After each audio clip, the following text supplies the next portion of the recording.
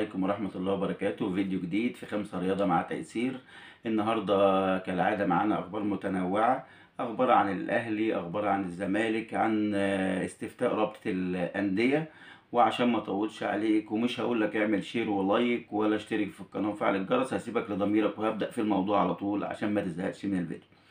أول حاجة عندنا أخبار عن الأهلي هنقولها وأخبار عن الزمالك، بس الأول عاوز أدردش معاك في حاجة كده، وعاوز أشكر جمهور الاهلي. فعلا جمهور الاهلي ده جمهور عظيم. النهارده وانا بقلب في استفتاء رابطه الانديه المحترفه، لقيت شويه احصائيات كده ايه لفتت نظري يعني. اول حاجه لاحظت ان تقريبا كل الاستفتاءات اللي كسبان فيها هم لاعبي الاهلي. يعني اللي كسبان في كل الاستفتاءات تقريبا مدافع، مهاجم، خط وسط، مش عارف، هو الاهلي. وجمهور الاهلي دايما بيدعم لاعيبته في اي مكان. يعني زي ما قلنا لو حطيت عم حارس برضه هيكسب الاستفتاء. يعني مثلا هديك امثله. النهارده ببص لقيت ديانج مثلا وعلي معلول محطوطين في استفتاء. فمثلا ديانج محطوط معاه زيزو من الزمالك. ديانج جايب 95%، 95% مقابل مثلا 4% لزيزو. 95%، ده ديانج لو بياخد درس مع امبراطور الكيمياء في مصر مش هيجيب الدرجة دي. فتخيل حضرتك مثلا ده علي معلول برضو نفس الموضوع، لقيته داخل في مقارنة مع شيكابالا وزيزو، لقيت علي معلول جايب 97% والباقي متوزع. فده لو بياخدوا في نفس السنتر زي ما لسه بقول برضو مش هيجيبوا الدرجات دي. يا راجل ده كريم فؤاد، كريم فؤاد وهو قاعد في البيت جايب 93%، مقابل طبعا ال7% متوزعين على باقي التلاتة المنافسين معاه. فطبعا ده راجع لايه؟ لجمهور الاهلي، اقبال جمهور الاهلي على اللعيب بتاعهم في الاستفتاء بيخليه يكسب اي لاعب.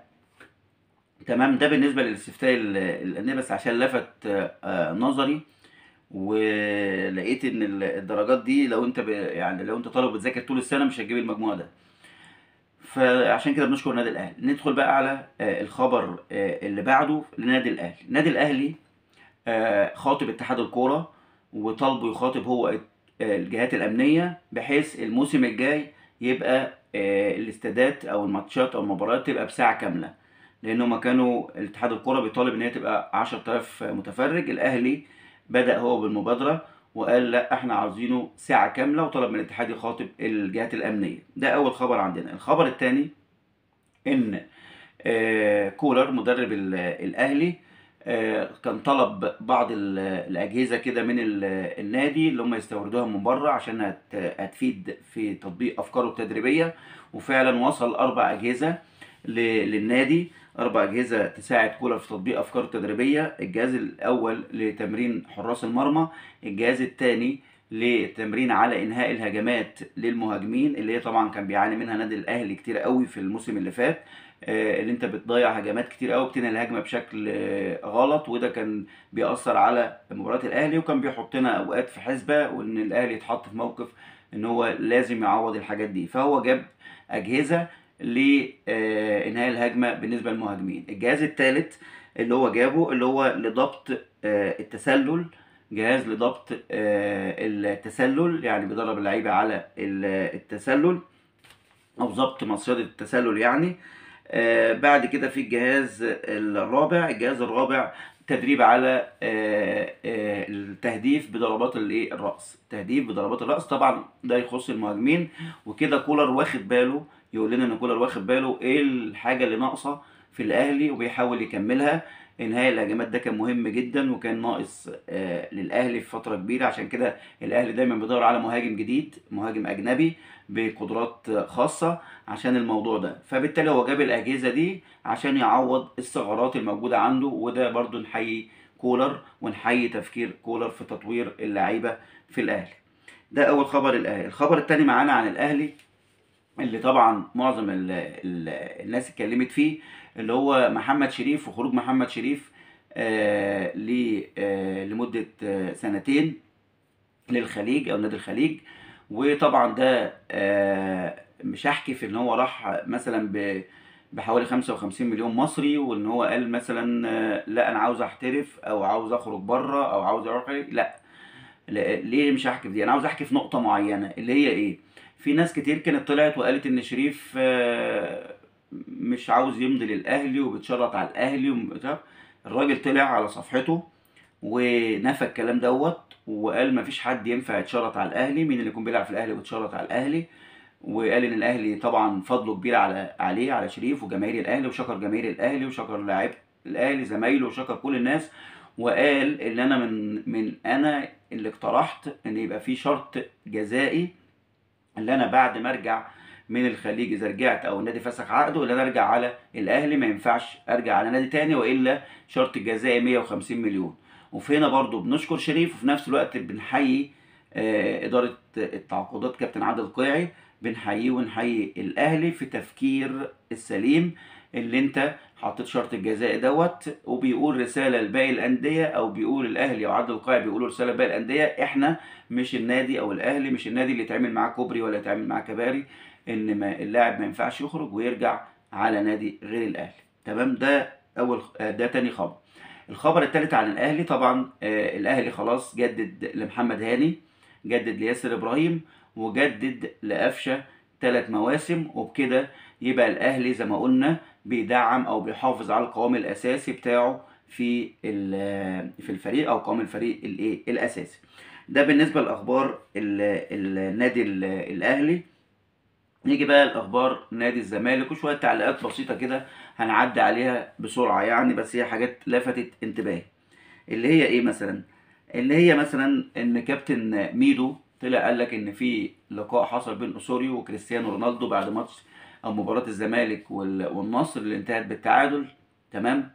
وان اوسيريو قال لرونالدو ان لو انا عندي مهاجم بيلعب برجله الشمال، لو قصدي مدافع بيلعب برجله الشمال، كان خرج الكرة اللي انت جبتها جون. طبعا رونالدو الطبيعي قال له هو جابها جول لان هو احسن واحد في العالم يسجل اهداف بالرأس بدماغه. فرونالدو مش محتاج ولا بيلعب بالشمال ولا محتاج باليمين ولا الكلام ده كله. بس انا عاوز اقول لكابتن اسوريو، ما هو يعني هو رونالدو اللي معدي ال 800 هدف مثلا هيعجز ان هو يجيب جون في وسط حسام عبد المجيد وعبد الغني؟ فانت بتقول اللي هو عندي بيلعب برجله الشمال وكده. طب ما هم اذا كان مع احترامي لكل الانديه طبعا، مهاجمين اسوان ومهاجمين المحله جابوا جوان اصلا في الزمالك بكده يعني. فرونالدو اللي هو الاسطوره رونالدو مش هيعرف يجيب الهدف ده. فماشي، هسيب لحضراتكم التعليق والتفكير في في النقطه دي. ده اول خبر يعني لفت نظري يعني عن الزمالك. طب الخبر الثاني ايه؟ الخبر الثاني عن الزمالك اللي هو كابتن طارق يحيى خلاص ما بقاش موجود في قناه الزمالك. ومش بس في قناه الزمالك، في النادي الزمالك كله.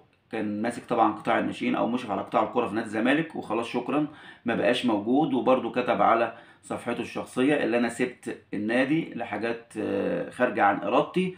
وطبعا كلنا عارفين ان 90% السبب التسريب اللي طلع لكابتن طارق يحيى، اللي هو قال فيه ان انا رفضت اطلع على الهوا. كانوا عاوزين نطلع على الهوا في القناه لان باقي البهوات اللي هم معايا يعني في القناه مسافرين بيصيفوا.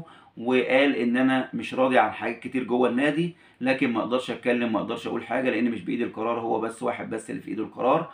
فالتسريب ده اعتقد من 90% هو السبب في اقاله كابتن طارق يحيى وعدم وجوده اصلا في ولا النادي ولا القناه.